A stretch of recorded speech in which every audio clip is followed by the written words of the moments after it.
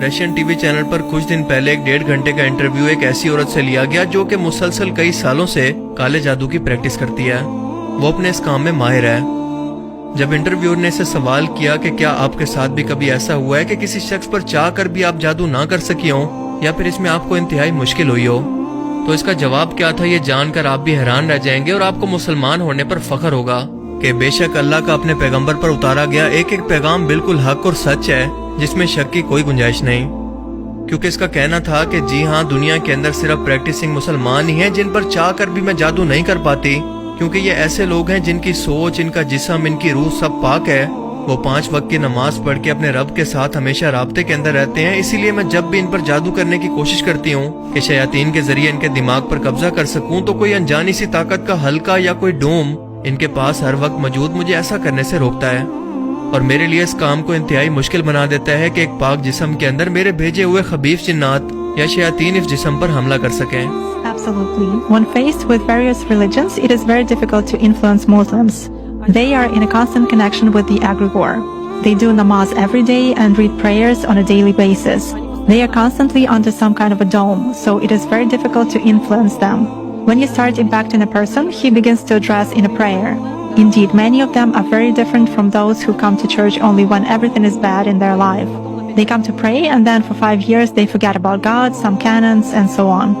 Muslims, as a rule, passionately believe and passionately give energy to their egregore, and this egregore protects them very well. ये लोग हमेशा एग्रीगोर से राब्ते में रहते हैं। एग्रीगोर ऐसी रूहानी ताकत को कहते हैं जो कि इन्हें हर वक्त देख रही है, इनकी हिफाजत कर रही है, यानी खुदा की जात। इसका मजीद कहना था कि क्योंकि मुसलमान लगातार अपने खुदा से राब्ते में रहते हैं तो मुझे वक्त ही नहीं मिल पाता कि इन्हें किसी गुनाह के अंदर उलझा सकूं।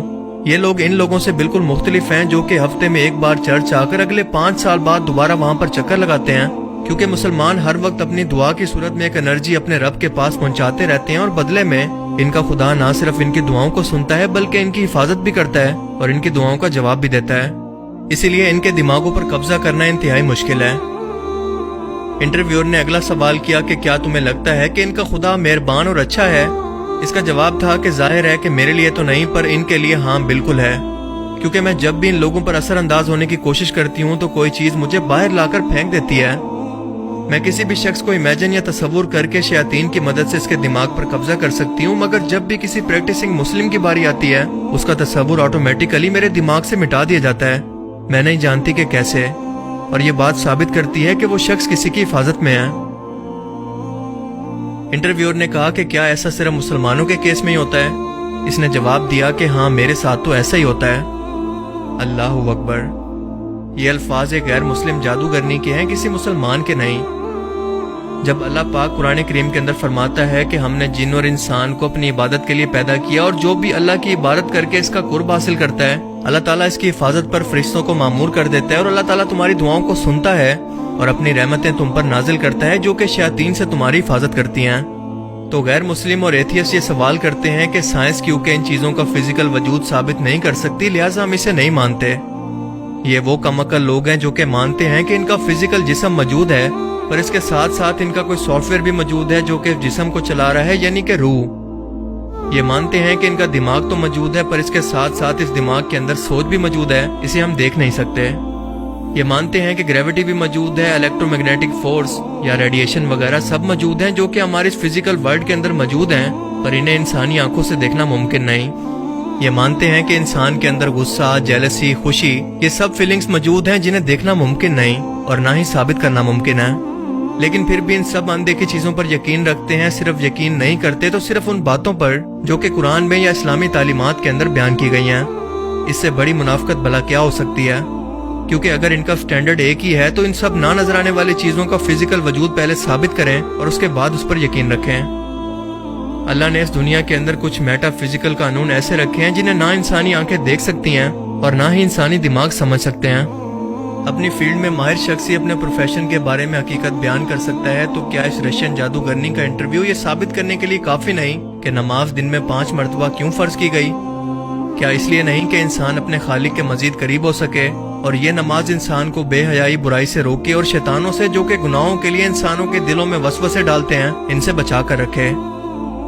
اب سوال یہ بھی ہے کہ اگر اللہ چاہتا تو بنا کسی نماز کے بھی اپنے ماننے والے بندوں کو ان شیطانوں سے بچا سکتا تھا، تو پھر نماز کیوں فرض کی گئی؟